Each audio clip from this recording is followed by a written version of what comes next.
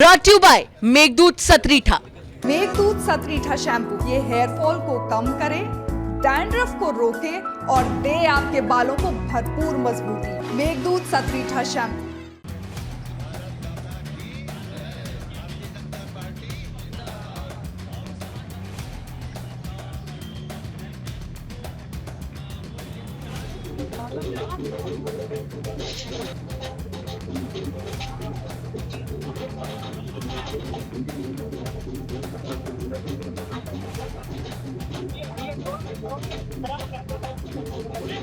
कल हुए एमएलसी चुनाव में भले ही अखिलेश यादव ने बड़ा दांव चला हो पिछड़ों की सियासत का, लेकिन नतीजों के बाद अब अखिलेश यादव पर यही दांव भारी पड़ता नजर आ रहा है।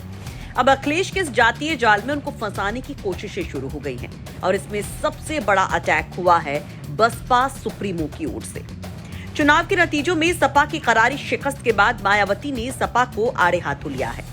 उन्होंने अखिलेश यादव पर जोरदार हमला करते हुए उनके कास्ट के नहले पर अपने दावों का दहला फेंक दिया है।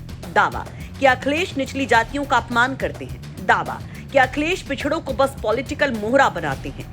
अब मायावती के इन ट्वीट्स को ही देख लीजिए कि कैसे वो पूरे ताबड़तोड़ अंदाज में अखिलेश यादव पर हमलावर हैं। मायावती ने बैक टू बैक 2 ट्वीट किए हैं, जिसमें मायावती कहती हैं, यूपी विधानसभा की 2 सीटों के लिए कल हुए उपचुनाव में हार निश्चित होने के बावजूद चुनाव में सपा द्वारा दलित व ओबीसी उम्मीदवार को खड़ा करना, हरवाना तथा ज्यादा संख्या बल होने पर इनकी अनदेखी करना ये साबित करता है कि इन वर्गों के प्रति सपा की षड्यंत्रकारी नीति थोड़ी भी नहीं बदली। आगे वो दलितों और पिछड़ों से अपील भी करती हैं। मायावती कहती हैं, सपा व इनकी रही सरकारों के दौरान इनकी ऐसी ही संकीर्ण व घृणित राजनीति से दलितों, अन्य पिछड़ों एवं अकलियत समाज के लोगों का काफी अहित होता रहा है। इसलिए आगे ऐसे नुकसान से बचने के लिए इन वर्गों के लोगों को हमेशा बहुत ही सावधान रहने की सख्त जरूरत है। बीएसपी की ये अपील। दरअसल समाजवादी पार्टी ने ये चुनाव पिछड़ों और दलितों को आगे बढ़ाने के नाम पर लड़ा था, लेकिन उसे फिर भी कामयाबी नहीं मिली, जिसके बाद मानो मायावती को मौका मिल गया।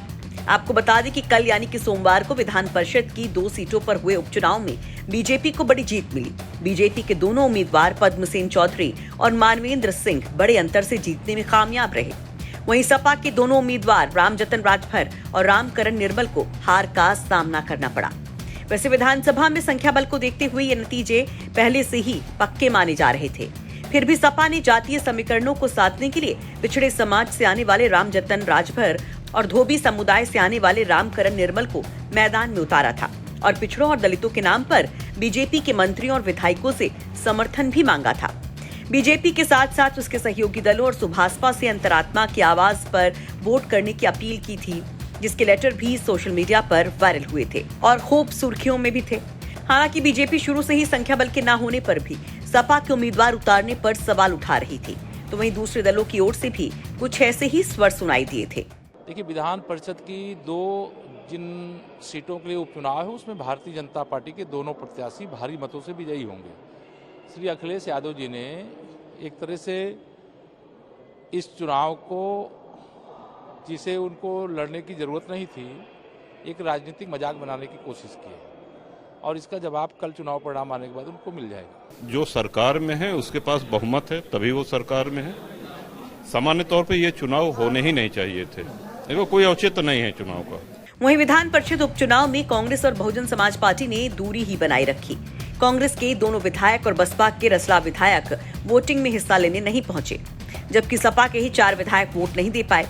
लेकिन अब जिस तरह की जुरह चल रही है कि बिना नंबर के ही, मतलब बिना संख्या बल के ही अखिलेश यादव ने जो पिछड़ों दलितों की सियासत के तहत उम्मीदवार उतारे, वो कितना गलत कितना सही, उस पर आप लोग क्या कहेंगे? कमेंट बॉक्स में अपनी राय जरूर रखिए और मायावती ने जिस तरह से आरोप अखिलेश यादव पर लगाए हैं उस पर भी अपनी बात कहिए। ब्यूरो रिपोर्ट, यूपी तक।